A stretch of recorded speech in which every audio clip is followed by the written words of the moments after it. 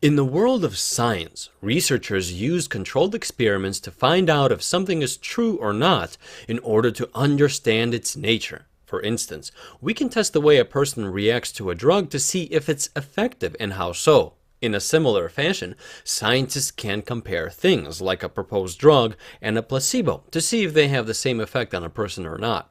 But in the world of cosmology, such experiments and comparisons are not possible. There is only one universe. We have nothing to compare it to.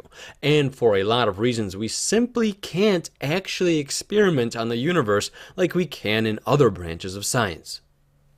Therefore, cosmologists simply have to accept certain assumptions about the universe in order to try to understand it. Assumptions that actually help successfully describe the evolution and structure of our universe. These assumptions, involving the cosmological principle, will be described for you now.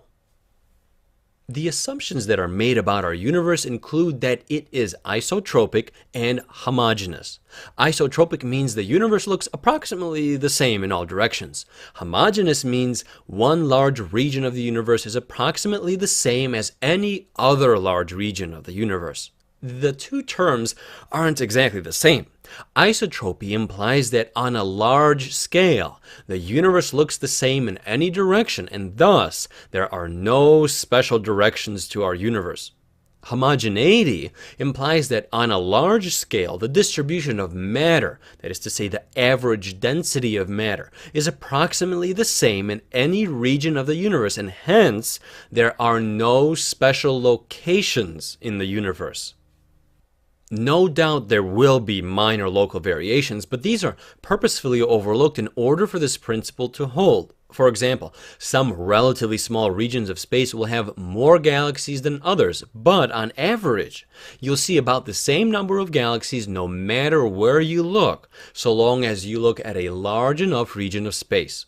Furthermore, one part of the universe will look essentially the same as another because it will have the same types of galaxies distributed through that region of space in basically the same kind of way as any other large region of space. Thus, the cosmological principle is then a fundamental principle and assumption of cosmology which says that on a large scale the universe is both homogeneous and isotropic. Now, this principle may be hard to understand, but we can simplify it to something familiar. Picture going to the beach on a nice day. On the beach is a sea of sand. If you look closely enough at a small region of sand and compare it to another small region of sand, it might look different. Maybe one part has a couple extra small pebbles compared to another. But if you take a look at a large enough swath of the beach, the distribution of sand and pebbles in any given area will be just about the same in amount and kind, and will look pretty much the same to you.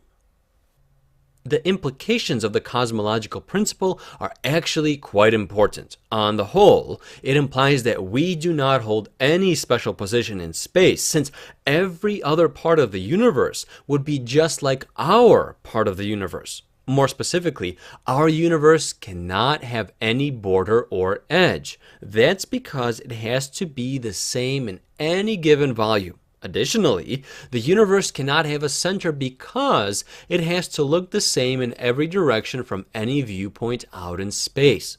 Therefore, the area of space we can see, the observable universe, is not special. The laws of physics in our area are the same as in any other area. At any other point in the universe, other beings would see basically what we see. All of these implications are critical because it lets us assume that the small area of space we can observe is actually representative of the entire universe, not just the observable universe. By extension, the cosmological principle allows us to explain the entire universe, including the parts of it which we cannot see. So there you have it. Our place in the universe is not special. The universe has no center and no edge, and all properties of the entire universe are held to be the same as those which we can account for in our observable universe. These notions are all thanks to the cosmological principle, a fundamental principle and assumption of cosmology, which says that on a large scale, the universe is both homogeneous and isotropic. Isotropic means the universe looks approximately the same in all directions, and homogeneous means one large region of the universe is approximately the same as any other large region of the universe.